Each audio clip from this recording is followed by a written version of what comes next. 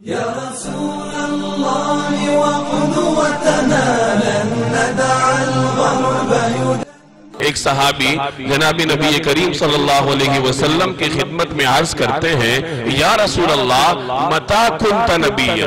کہ اے اللہ کے رسول آپ کب سے نبی ہیں؟ سنن ترمذی کی روایت ہے، امام ترمذی نے صحیح سند کے ساتھ اس کو نقل کیا کہ صحابی پوچھتے ہیں حضرت میسرہ یا رسول اللہ متا کنت نبیا، اے اللہ کے رسول آپ کب سے نبی ہیں؟ حضور صلی اللہ علیہ وسلم جواب میں ارشاد فرماتے ہیں کنت نبیا وآدم بین الروح والجسد، کہ میں اس وقت بھی نبی تھا جب آدم اپنی روح اور جسم کے درمیان تھے،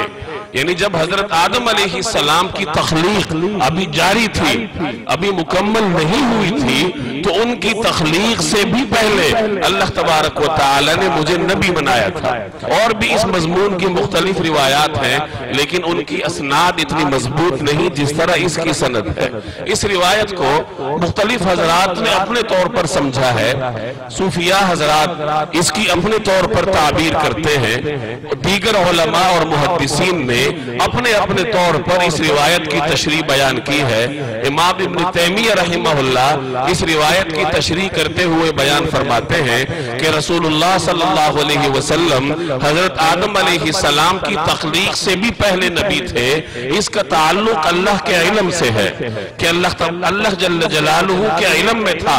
تخلیق آدم سے بھی پہلے اللہ جل جلالہ یہ طے فرما چکے تھے کہ رسول اللہ صلی اللہ علیہ وسلم کو نبی بنانا ہے، خاتم النبیین ہوں گے، امام الانبیاء ہوں گے اور بعثت سب سے آخر میں ہوگی۔ یہ ہمارے بر صغیر پاک و ہند کے مشہور محدث امام انور شاہ کشمیری رحمہ اللہ جو دارالعلوم دیوبند کے شیخ الحدیث تھے،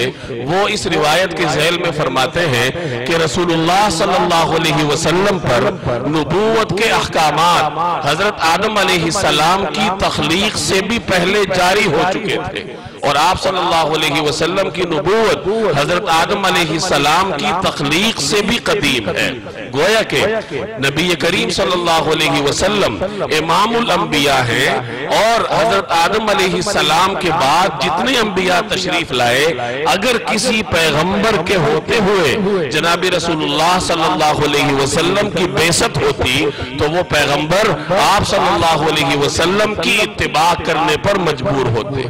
جس کا ذکر ایک روایت میں بھی ملتا ہے۔ نبی کریم صلی اللہ علیہ وسلم نے حضرت عمر رضی اللہ تعالی عنہ سے مخاطب ہو کے فرمایا لو کان موسیٰ حیا